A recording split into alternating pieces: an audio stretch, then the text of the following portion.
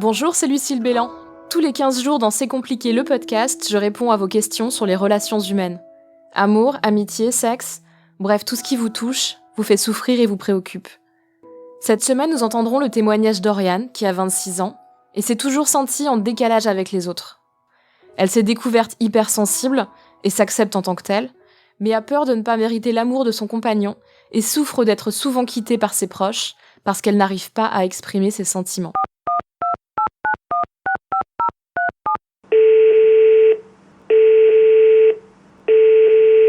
Bonjour Lucille, je m'appelle Oriane, j'ai 26 ans et aujourd'hui j'aimerais parler d'un truc qui me suit depuis, j'ai envie de dire toute ma vie, c'est le fait de ne pas arriver à savoir ma place de partout en réalité.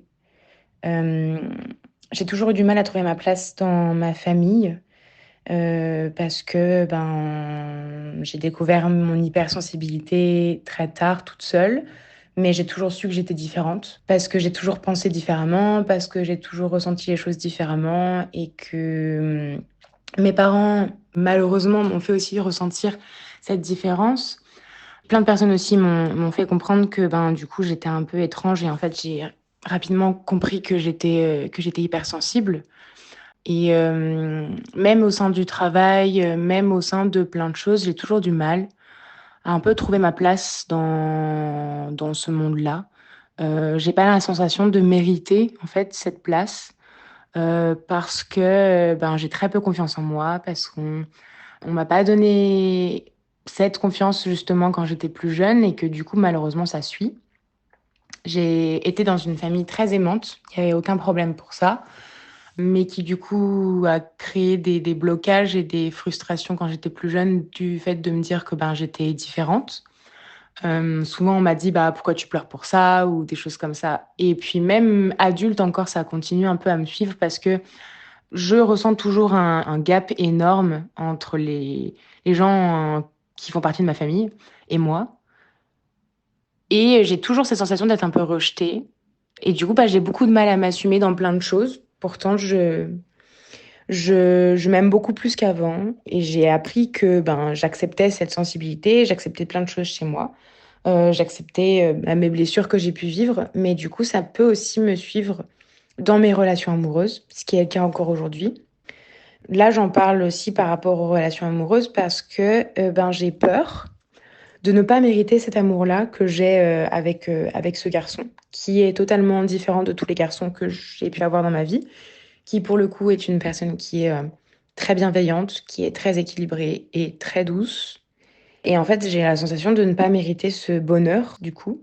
Ça commence beaucoup à me peser, donc voilà, j'avais envie d'en parler avec toi.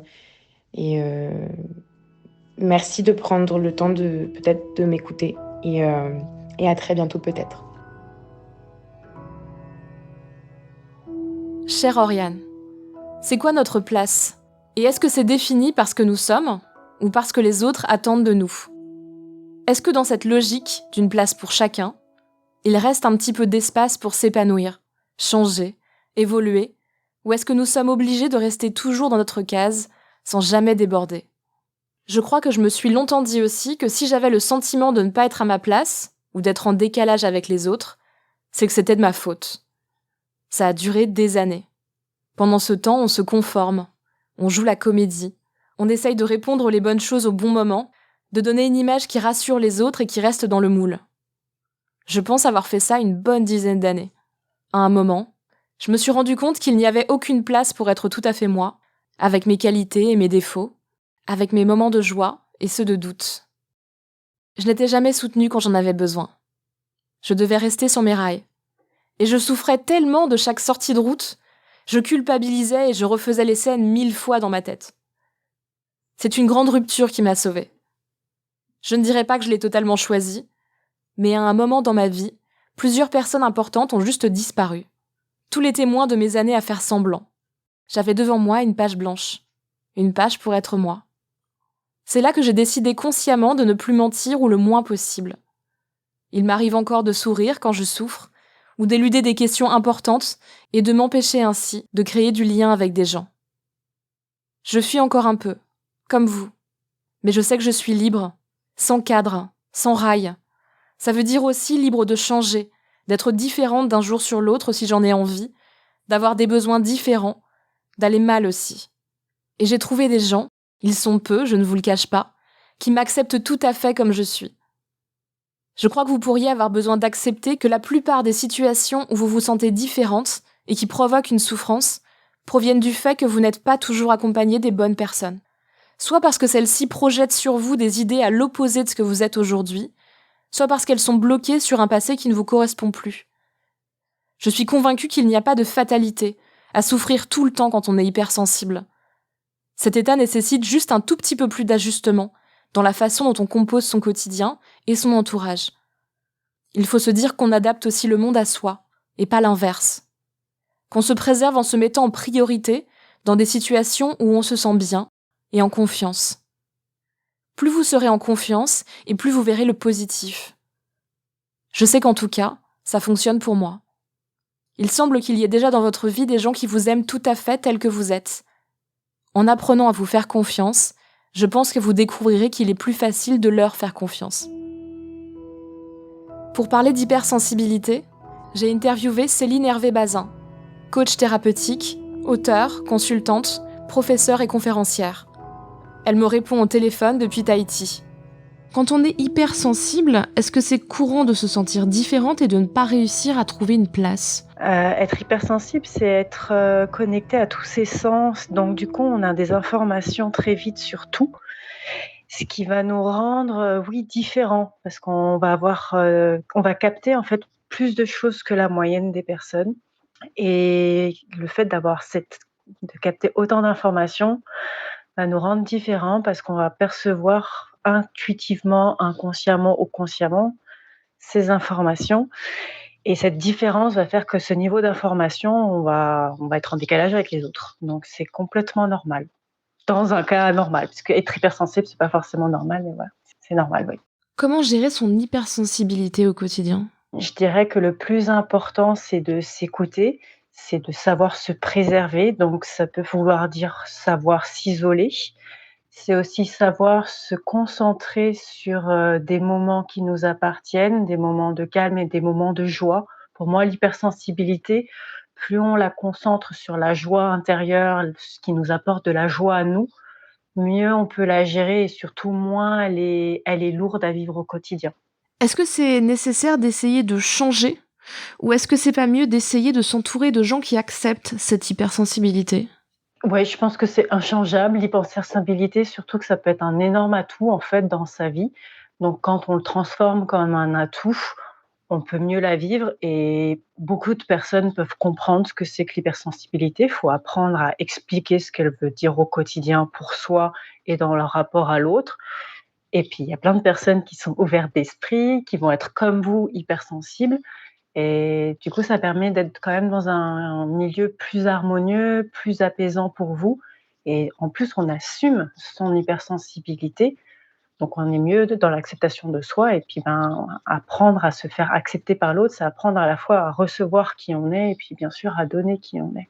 Dans les cas où les personnes ne se sentent pas acceptées, là en l'occurrence, la personne qui a témoigné pour le podcast ne se sent pas totalement acceptée par sa famille, est-ce qu'il vaut mieux prendre ses distances dans ces cas-là, quand les gens n'arrivent pas eux-mêmes à changer ? Je pense qu'il faut apprendre à prendre à ses distances, surtout avec sa famille, parce que souvent l'hypersensibilité, quand on grandit, on la cache, on développe des mécanismes pour l'éloigner de soi, pour la dissimuler, parce que les proches peuvent ne pas forcément la comprendre.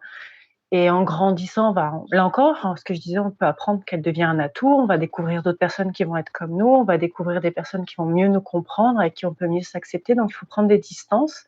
Et souvent, ce dont je me suis aperçue, c'est que quand les personnes apprennent à prendre de la distance, à prendre du recul, à mettre ce cercle en fait de prise de recul, la famille peut changer, notamment le cercle parental, hein, ou la fratrie. Et du coup, ça peut assainir les relations de manière assez miraculeuse.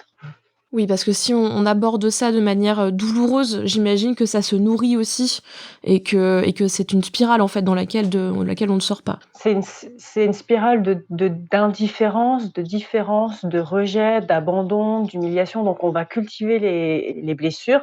Donc c'est pour ça que parfois, pour moi personnellement en tout cas, c'est important de savoir se séparer de ses parents ou de sa fratrie, parce que c'est souvent ça qui peut poser des problèmes à l'hypersensible.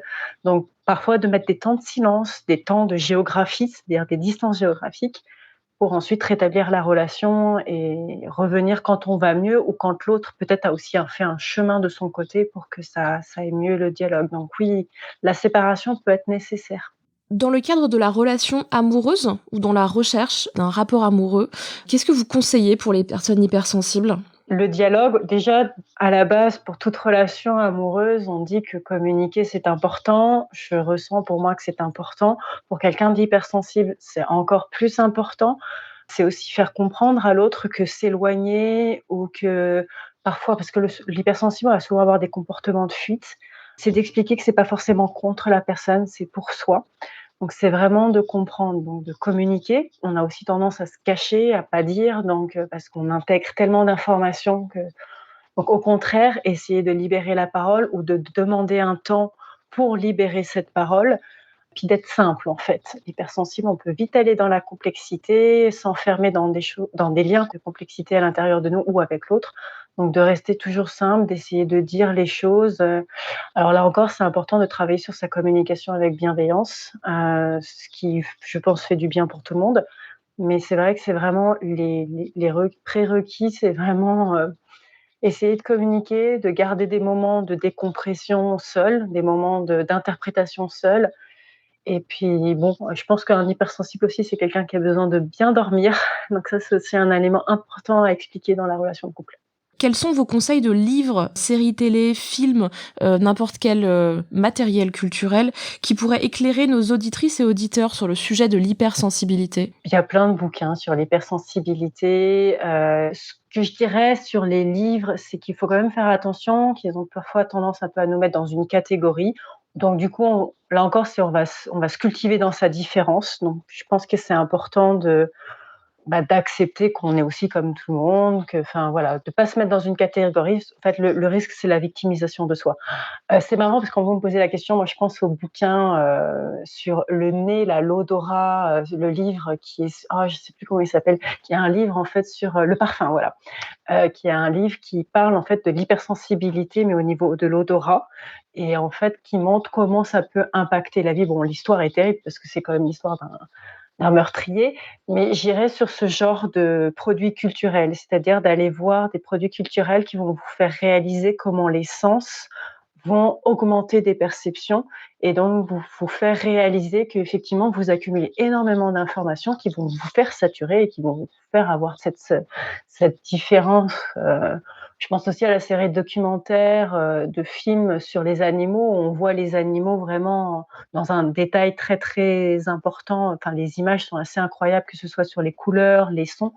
Donc d'aller chercher en fait des expériences autour du son et des sens, pour comprendre en fait qu'on voilà, on a cette capacité d'intégration. Il y a beaucoup, beaucoup de choses sur, cette notion de qu'est-ce que c'est l'hypersensibilité, mais j'irais moi plus sur l'expérience du sens, des sens pour essayer, voilà. Sinon, bon, moi je trouve que de regarder des vidéos d'animaux, en général, ça calme quand on est hypersensible parce que l'animal comme l'enfant petit vont pas forcément avoir les filtres qu'on va devoir acquérir au fur et à mesure de notre, éducation, et donc ça peut nous ramener en fait à cette pureté de sentiment qui peut nous libérer là aussi, nous faire du bien, nous donner un peu de baume au cœur quand, ça remue un petit peu autour de nous. Pour aller plus loin, je vous conseille cette semaine de découvrir ou redécouvrir le roman La fille de la supérette de Sakura Murata. Il est question d'une trentenaire qui s'épanouit dans une vie avec des interactions sociales codifiées et limitées, et un travail simple dans une épicerie ouverte 24 heures sur 24 à Tokyo. En décalage avec les autres, mais aussi avec ce que la société attend d'elle, Keiko souffre et lutte pour retrouver son équilibre et sa sérénité. C'était C'est compliqué le podcast. Merci aux merveilleux Benjamin Septem-Ours et Aurélie Rodriguez pour la réalisation et le montage. Si vous aussi vous voulez témoigner, n'hésitez pas à me laisser un message vocal.